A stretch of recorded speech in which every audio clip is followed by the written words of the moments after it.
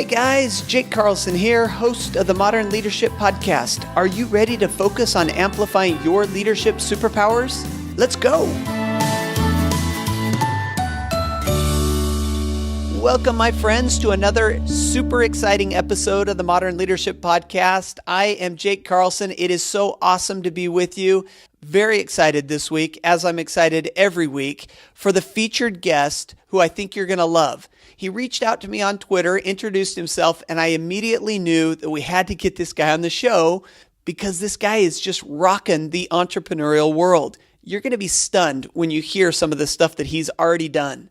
Now, I say already because he is a mere 27 years old, and it's amazing what's already been accomplished. But before I let him tell us how he gets it all done, let me give him a proper intro. Connor Gillivan is a serial entrepreneur and a published author. After founding his first company in his college dorm room, he helped grow it to generate over $20 million in sales with a team of over 60 people. And then for Act 2, after becoming an expert at hiring and managing remote freelancers, he goes on to co-found his second company, FreeeUp, and that's free with 3 E's, which serves as an online hiring platform for business owners to quickly hire reliable, pre-vetted freelancers from around the world. And then finally, here we come, Act 3. He's only 27 years old. And of course, he's got a book. You can't be a published author without one. His book, Free Up Your Business, 50 Secrets to Bootstrap $1 Million Companies, just hit the shelves a couple of weeks ago. Wow. I need a breath. That is a bunch. Connor, welcome to the Modern Leadership Podcast. How are you doing today? Jake, thanks for having me on the show. This is it's an honor, and I'm doing really well. It's a Friday here, so everything's going great. Just wrapping up the week. Well, and we talked a little bit in the pre-intro, and I got to say, it is super exciting to have someone with just a passion for get up and go and do on the show at such a young age, doing things. At 27, I don't even know what I was thinking. And here you are, multiple companies, a book published, just a lot of great stuff. Before I jump into, I want to talk about those things. I want to give you a chance. Is there anything we missed in the intro? Let us know a little bit about you personally. Yeah, sure. So like you said, I'm someone who likes to come up with a lot of ideas and just jump into them pretty quickly. A little bit of background. I also have a pretty big passion for social entrepreneurship. So twice, 2 summers in 2010 and 2012, I went and lived in the northernmost province of South Africa and was working with people on the ground to try to build social businesses. So that was a really cool experience and something I try to keep up on. And then also just in my personal life, I'm a big runner. I compete in half marathons and just love that as an outlet for all the time that I put into my business. And I also love reading and of course, writing as well. Well, and I can imagine that you spend a lot of time when we talk about books and we talk about reading and we talk about all of this. I wanted to circle back real quick. For the audience members who don't quite understand social entrepreneurship, give us a little idea of this experience you had in northern or in South Africa. Where were you again? South Africa. Yeah, sorry, a little confusing. It was the northernmost region of South Africa. So social entrepreneurship is the whole idea of building a business, and it can still make profits, but the main purpose of the business is to do some social good. So I was living in pretty rural, impoverished communities where there was, a lack of clean water, a lack of electricity. And these people were kind of in what we look at as like the poverty trap in a sense. And so this program that I went through, this company, their whole mission was, let's go into these communities, let's work with these people, and let's try to build social businesses with them so that they can learn entrepreneurial ideas and then apply them to their lives and kind of grow their community that way. So that was really what I was doing. I was there for 2-3 month stints, and I was helping people to build businesses there. And so for the audience, a couple of companies that you may recognize that embody this philosophy would be like the Tom's Shoes, where for every pair of shoes they sell, they give a pair of shoes to those in need. And I wanted to ask you, and then of course also we talk about the micro funding that's going on in India. And I wanted to ask you about how it worked when you got out there and you were in these communities where these people had been raised not even thinking entrepreneurially, right? I mean, this was outside of their wishes or dreams. And then all of a sudden you bring it in, you open this world to them. I mean, how was it received? Yeah, that's a great question. It definitely, so the company that put it on, it was this whole program that they had elaborately put together. And a big part of it was the first 2 to 3 weeks were really just getting acclimated with their culture, with their lifestyle. And it was a chance for them to kind of start to understand who we were as people, and the same for us to understand how they got through every day of their life and what they were, what was most valuable to them. And so after that period, then it was kind of like, okay, let's try to find people in the community who you've made friends with that do have a little bit of that entrepreneurial hunger, or have started their own garden, or have created their own small business where they're delivering water. And so we kind of tried to pinpoint those people who had already started to think about the idea, and they really wanted to take it forward. And over the 12-week period, it was interesting to see how the community, they did slowly come around and saw that this could be something that was valuable. So it was a great experience both times. And so my thought on this is, when you were out there meeting these people, did you find that entrepreneurship in some of these individuals was something that they were just born with, that it was part of nature, or was it nurture with them? Is something that they learned or picked up from those around them? Yeah, that's also a good question, and definitely something that a lot of people think about and write about, right? I don't know if it was born with them or what specific characteristics it is, but I would say that some people are more inclined to be more entrepreneurial. And I think it comes down to how you define it too. You're usually more adverse to risk. You're willing to take those risks and try things out. You might have a little bit more of a creative mind than other people. So, I think for specific to where I was in South Africa, for the younger generation, because of what they went through with Nelson Mandela and apartheid, they kind of went through that time area in the country where they were getting freedom. So the idea of being more entrepreneurial or being more creative was being allowed, whereas the older generations maybe weren't as encouraged to do that. Very interesting. And I imagine that as, Wi-Fi and internet access is proliferated across the world, that we're going to see more and more of these entrepreneurial souls coming out and trying it out. Well, this is a fascinating discussion. And I told you I only wanted to focus on 3 things today because we have such a short amount of time and you've done so much. And then we just went and spent all this time talking about something that wasn't on the list. But I appreciate you jumping into that because it's very fascinating to me. And I look at it, you did this while you were in college, and there are things you can learn in books and there are things you can't learn in books. And I just saw that as an opportunity for you to learn non-book skills. Definitely. So let's go back now. Same time of your life, a couple of years ago, you're in college here, you start your first business, and I specifically in the intro left out what your business was. All I did was say you started your first company in your college dorm room, grew it to $20 million in sales and 60 people. This is huge because I think a lot of the listeners here are familiar with the, Bill Gates dropped out of college to start a business, and you have Facebook guy, Zuckerberg, started in his dorm room. You got Steve Jobs. All these great stories come out of dorm rooms. And so when I read this about you, I said, I want to ask him about this dorm room experience. So tell me about this business that you started in your dorm room, and let's get some background, what it was. Absolutely. So the business really started when my current business partner, his name is Nathan, when the two of us just met in college, and he was starting to experiment selling textbooks on Amazon.com. So he was seeing, it all comes down to the entrepreneurial dilemma. So he was seeing students on campus that were getting angry about buying textbooks from the bookstore for, $100, $200. And at the end of every semester, they would go back and try to sell them, and they would get offered $10 to $20. So that was a big pain point that, we were seeing as students, and then we saw other people having as well. And so we just started offering the students more money than what the bookstore was offering. And this was around 2010, around the time that Amazon was really starting to blow up and become this huge marketplace for not only books, but other goods. And we just started buying these textbooks, and we figured out how to sell them on Amazon.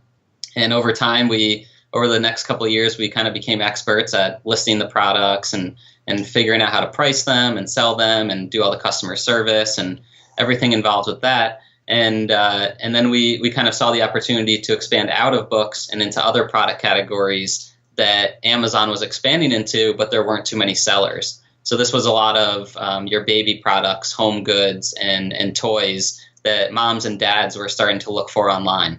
And so to meet that demand, we went out and started forming dropship relationships with manufacturers around the United States.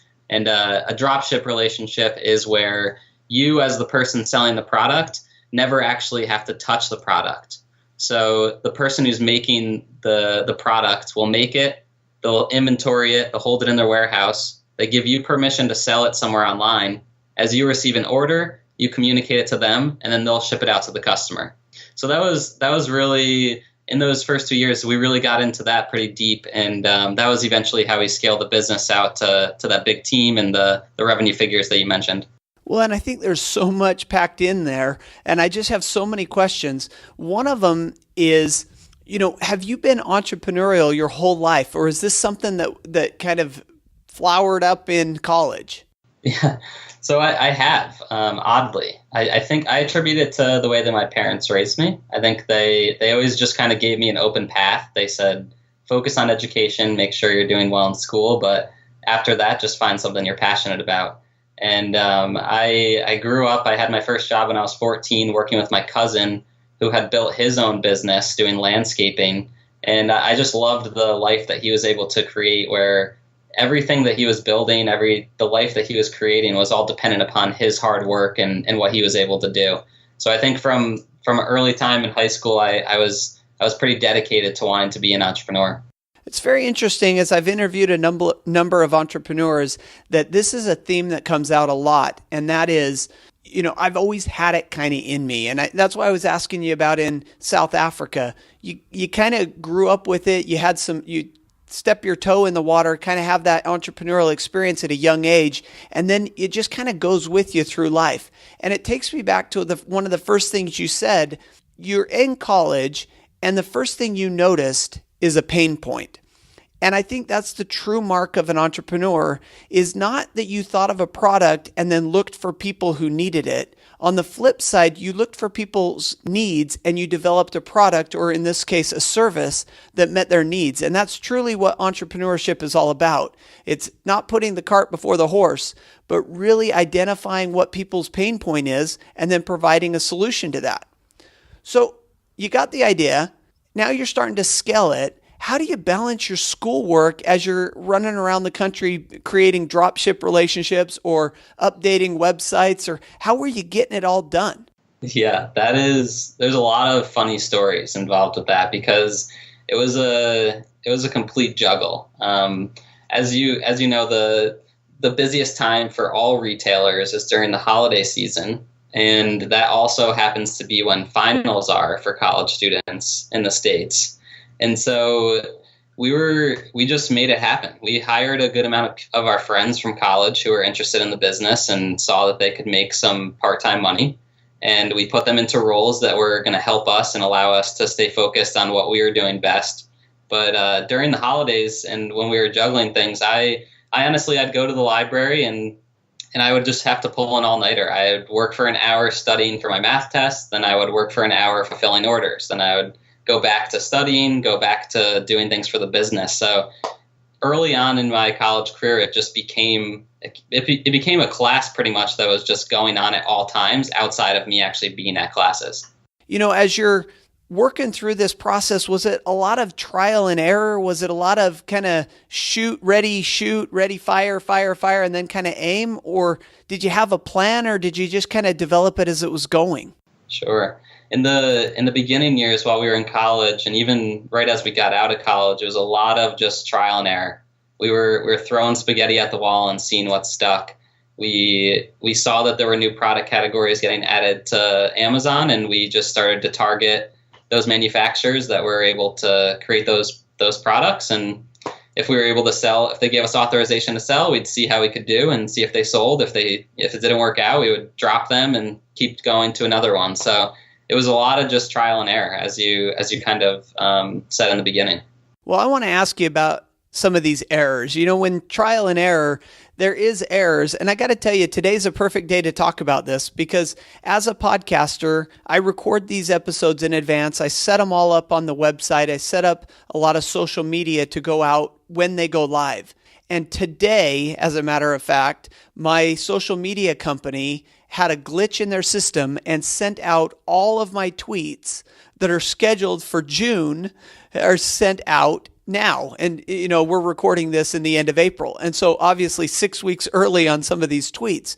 And I reached out to them today and have been working with them all day. And it's a real mess. It really is. As an entrepreneur, things go wrong. There's a lot of error in the trial and error. And I wanted to ask you about some of the errors or some of the learning experiences that you had as you kind of felt your way through this. Yeah, that's a great question. So a big error a big trial and error that we ran into once we had built up a pretty strong hold on the Amazon marketplace.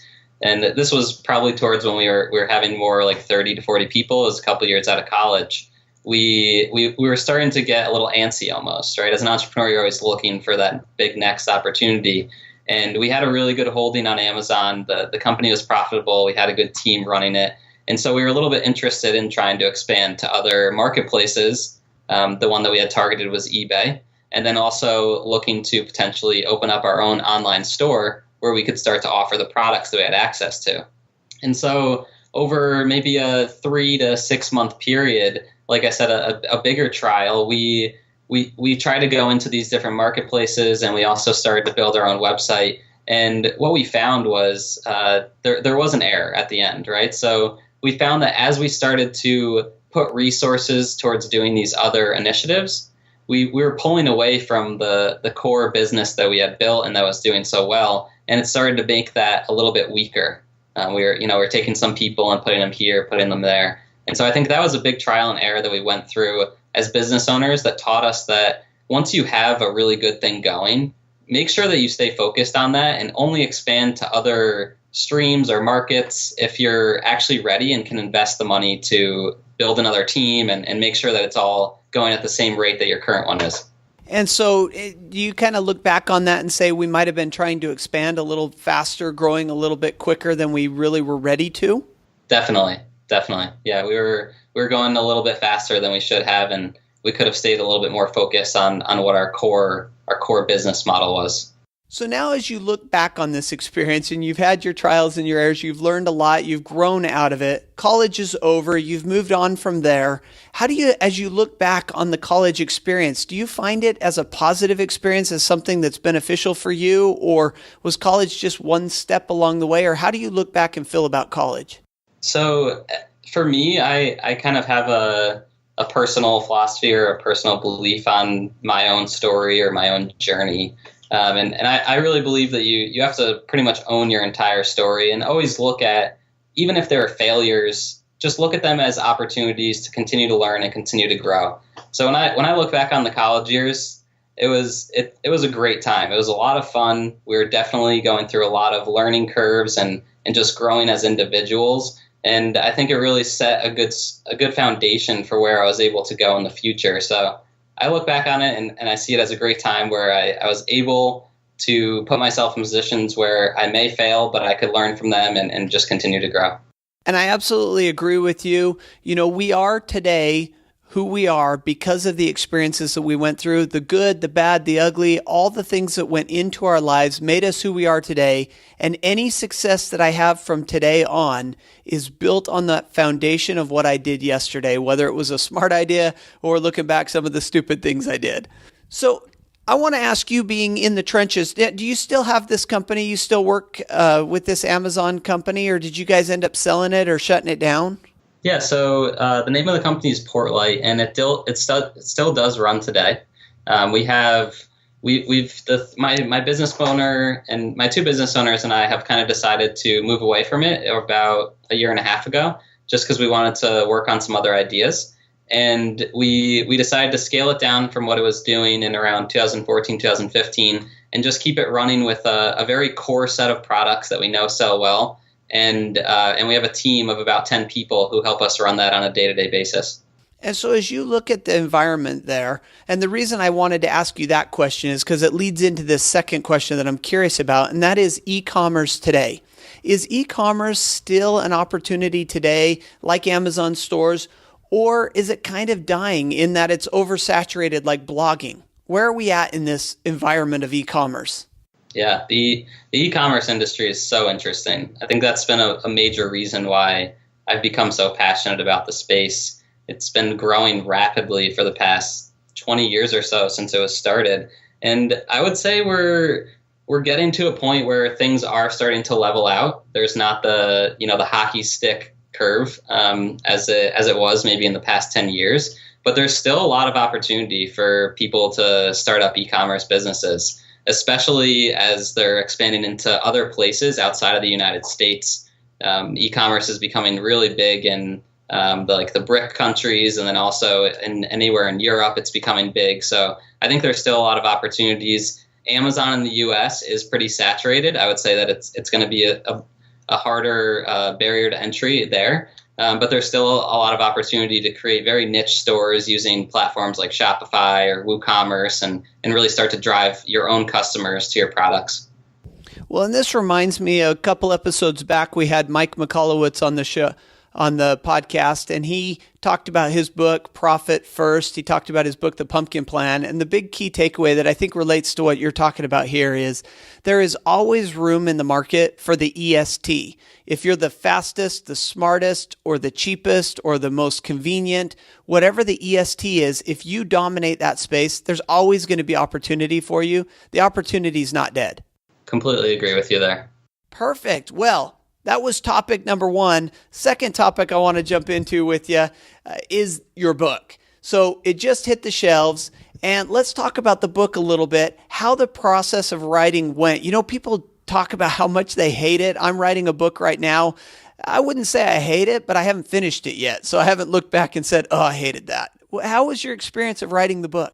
Yeah, it was definitely more than I expected initially going into it, but I really enjoyed it. It's been a goal of mine for, I think, as long as I've been an entrepreneur, that I've always wanted to eventually write a book. And so this was such an amazing opportunity that my business partner and I came up with about 6 months ago now. We were starting to talk about all of the experiences we went through in college and building Portlate, the first company we've been talking about, and then the experiences we've been getting into with our second company, FreeeUp. And we really wanted to put together all of the lessons we've learned from those trials and errors and those failures that we went through and toss it into a book that we could offer to all of our clients that we now have, all of the freelancers that we're connected to, and really just try to help other young entrepreneurs, maybe they're in college or just graduating from college, who are looking to build their own business as well. So I want to ask you, so the book is called Free Up Your Business, 50 Secrets to Bootstrap $1 Million Companies. And I want to know one of those 50 secrets. You got to share it with us. What's one secret to bootstrap $1 million company? Cool. So one of the secrets is to start slow while hiring. So a lot of the secrets within the book talk a lot about your hiring strategies and how you can slowly build up your company to a point where you're not the only one doing all the work. And so one of the secrets is start slow while hiring. And it talks about how you as an entrepreneur, building your business, you're eventually going to reach a point where there's too many things on your plate. And I think for me personally, and I think for most entrepreneurs, we eventually think that we can just do everything. So we keep piling things onto our plate. We keep putting tasks on our desk, and we just think we'll be able to get all of them done, because we're almost scared of hiring someone or investing too much money into them to actually help us free up our time. And so the one secret is start slow while hiring. And what we encourage you to do is find small tasks that may take even 1 to 2 hours that you're performing on a daily basis, and go ahead and hire someone in a specific role that's only working for those 1 to 2 hours at a specific rate that you're very comfortable with, and allow that to be the way that you start building out your team. And over time, as you hire more people in specific roles like that, you'll start to see how you're able to get more done with your business while also having more time to focus on either what you do best or on growth initiatives for the company. And this is a great secret because as an entrepreneur myself, I feel that same pain that you're talking about there where I don't want to let go of my baby. I mean, nobody can do as well of a job at what I'm doing than I can do. But to grow, to scale, to be able to impact more people, I need to get out of my own way and allow people to do things for me so I can spend time doing what's most important. And I love this secret. Don't feel like you got to jump in and give away the farm on your first day hiring. Start slow. Get someone to handle some of these tasks. Get comfortable with it. And I think as you get comfortable with it, I look at it, Connor, as kind of like I don't know if you go to the ocean too much, but when you're stepping in the ocean, you put your foot in that cold water and you're like, I ain't getting in that water. It's too cold. But as you wade in a little bit, it gets a little bit better. It gets a little bit easier. And the next thing you know, you just spent the whole day out there floating on your back, enjoying the sun. Yeah, that's a great analogy or metaphor of what it's like, because it is very much like that. It's like you said, it's a little bit cautious at first. You never feel like someone can do the job as well as you. And so you might not want to try to go for it. But if you take it very slowly, dip that first toe in, you can definitely make it a good experience for your business. So this would be a perfect transition into talking about FreeeUp, because I know FreeeUp deals with the freelancing world and hiring slow. But before we go there, and we'll find another way to transition, but I wanted to ask you, what was your biggest struggle in writing the book and getting it finished? And what have you learned along the way that you would do differently this second time, being a writer myself? Yeah, absolutely. I would say the biggest struggle that I had was actually just setting time aside for it. So when I first started writing the book, my business partner and I, we kind of decided, hey, just throughout the week, throughout the days, just pick time and write for the book. We had jotted down all these different ideas and all these lessons we'd learned, and the plan was just to slowly go through it. And so I think that was the biggest struggle at first, until I found a time each week where I was just dedicated to writing. So after about a month or so of writing, we said, okay, every Friday, Connor's just going to focus on writing content for the book. And once we made that transition, that was such a big game changer. In those 5 or 6 hours each Friday, I was really just able to hammer down, focus on content of the book, think about stories, and try to put as much as I could into it, rather than trying to work for 3 to 4 hours and then find a 2-hour gap where I could write. It's really hard to do that if you're already stimulated by other things that you're doing within your business. So I think that was a big lesson learned, is if you're doing a lot of writing, put time aside where you're only focused on that. Turn off your phone, turn off your Skype, turn off the other things that are going to distract you. Yeah, you make time for what's important, and if you schedule it, you'll make it happen. So that's awesome. I love that. Let's transition real quick now. Talk about this FreeeUp, because this is now taking that secret that you just shared with us, that is starting slow and getting our feet wet a little bit in the hiring arena. This is a world that you entered, started a company, and let us know what's FreeeUp doing and how's it impacting entrepreneurs worldwide. Of course. So FreeeUp is, if anyone who's listening is familiar with other online hiring platforms like Upwork, and Upwork used to be Odesk and Elance. There's also Guru.com, Fiverr.com. There's a number of them that are out there, and they're leaders in the industry. And so we originally built FreeeUp just about 2 years ago now to be focused as an online hiring industry for e-commerce. Over the past 2 years, it's expanded outside into more marketing skills and just general business skills and web development skills. And the main thing that we're trying to do, and at the core of everything, why we exist as a company, we're just looking to bring together extremely reliable and skilled freelancers with business owners that are looking to grow their business. And we do it a little bit uniquely outside of Upwork and these other platforms, because we're very hands-on in the process. So, Jake, if you were to come to the website and sign up and say that you needed someone to help you manage your social media for every day that you're doing things, you could come and sign up. You would fill out what we have is called a worker request form. You would go through the form and say, I'm looking for a social media manager. I'd like them to be between $10 and $20 an hour. I would like them to be located in the United States. Here's some expectations that I have for them. These are the ways that I like to communicate. You would go ahead and submit that to the platform. On the back end, we would go ahead and match you up to someone that we've already interviewed and put through communication guidelines. And then you would have a chance to speak with them, make sure they're the right fit, and you could start hiring them and working with them pretty quickly. So that's really at the core of what FreeeUp is. That's really what we do. We try to make that whole online hiring experience a lot less laborious on the front end, and also a little bit more support once you actually have made the hire.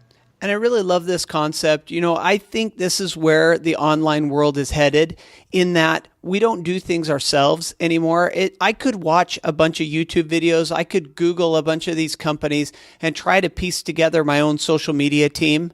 But I think the way the world is heading now is trusting in experts to go out and do it for us. And we pay them, and we make sure that it's worth their time and their effort. But on the flip side, it's saving me hundreds of hours in trying to do it myself. And I don't just mean doing the social media myself.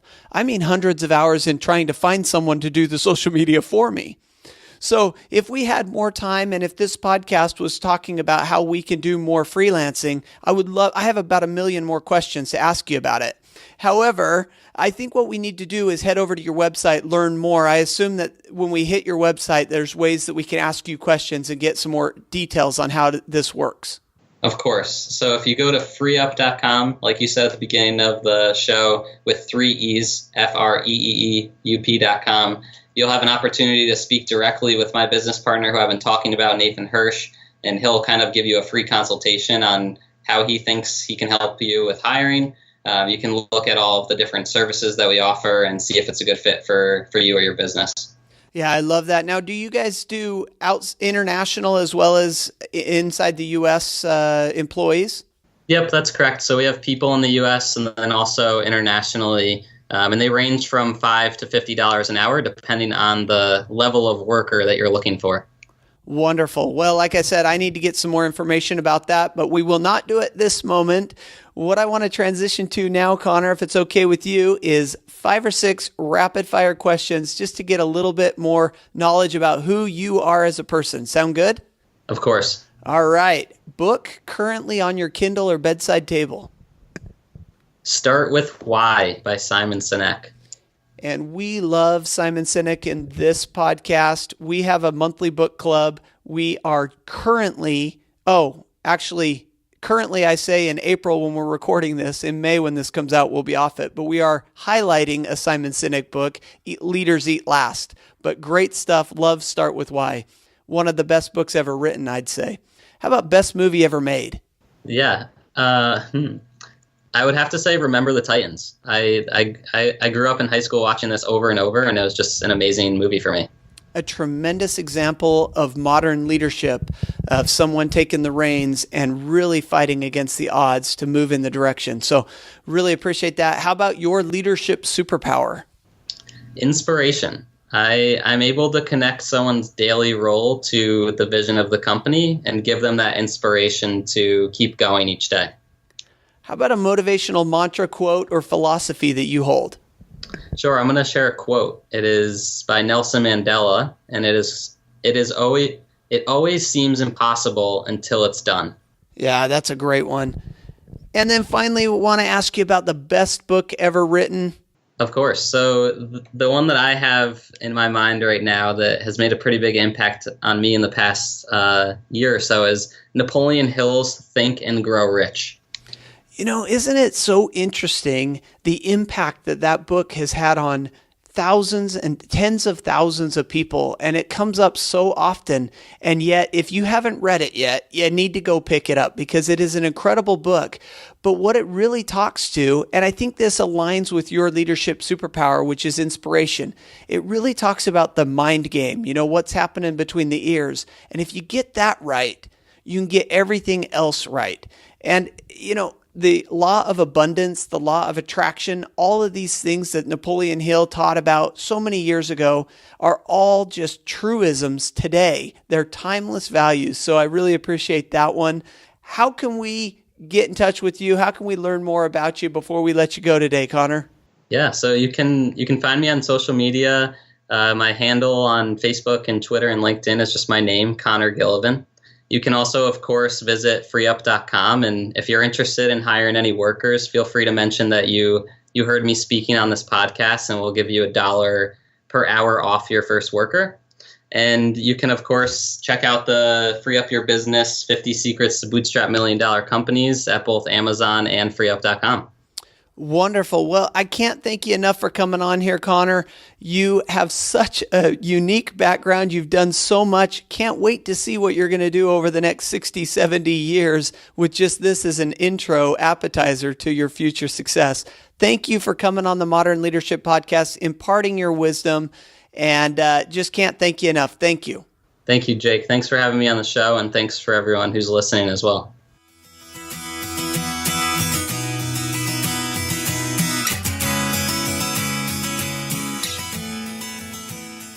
Well, I hope that you enjoyed our little sit down with Connor Gillivan. I really appreciate Connor coming on the show. Incredible stuff that he's been able to do at such a young age. It was fun to talk with him about his experience in South Africa. I found that quite fascinating as you look at some of the opportunities that are out there in the world where they haven't even really thought of entrepreneurship. They were raised in this culture where entrepreneurship was just unheard of. And now all of a sudden, because of the freedoms, because of the internet and some of the other advances in society, they're now thinking about this for the first time. And I thought to myself, how at such a young age during college to go out there, see that side of the world, experience teaching and spending time with people that have such a different background. Just a wonderful experience. My big takeaway from today's episode, aside from the social entrepreneurship topic that we were talking about, I really loved as we talked about his Amazon store that he found a need, a pain point that the students had, and then he went and found a solution to that need. Entrepreneurship is an uphill battle no matter which way you look at it. It's tough to be an entrepreneur, but it makes it infinitely more difficult if you're trying to sell a product to an audience that doesn't know they want it or doesn't understand that they need it. Whereas if you have an audience that sees their pain, sees their need, and you can provide a solution to that, well, half the battle is already done. A product sells itself as long as you can create a quality product or a service in the case of this Amazon store. Really enjoyed jumping in and talking about the book. As I mentioned, I've been working on a book myself. It's a grueling process. It's very difficult to focus your mind. You want to do a whole bunch of other things. Check your Twitter, check your whatever else is going on, but you just got to calendar it. You got to do the things that need to be done when they need to be done. Like that quote says, if you do the things that need to be done when they need to be done, the day will come when you can do what you want to do when you want to do it. And I see that as the ultimate goal of entrepreneurship. Doing what needs to be done today, finishing what you need to get done today, so that in the future you can do whatever it is that you want to do. Now, of course, everything that we talked about, including how to get in touch with Connor, is going to be on the show notes, jakeacarlson.com/ML16. Modern Leadership 16 for this episode. We'll have all the show notes, everything we talked about, the quote, the book, the movie, how to get in touch, get that discount on your FreeeUp if you're looking to get some freelancing done in your business. And until next week, I want to wish you a great day, an even better life. Stay awesome.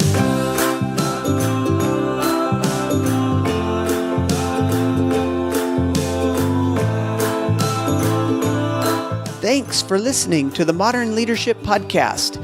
You can find me on Facebook at Speaker Jake, on Twitter at Jake A. Carlson, and of course the website, jakeacarlson.com. See you there.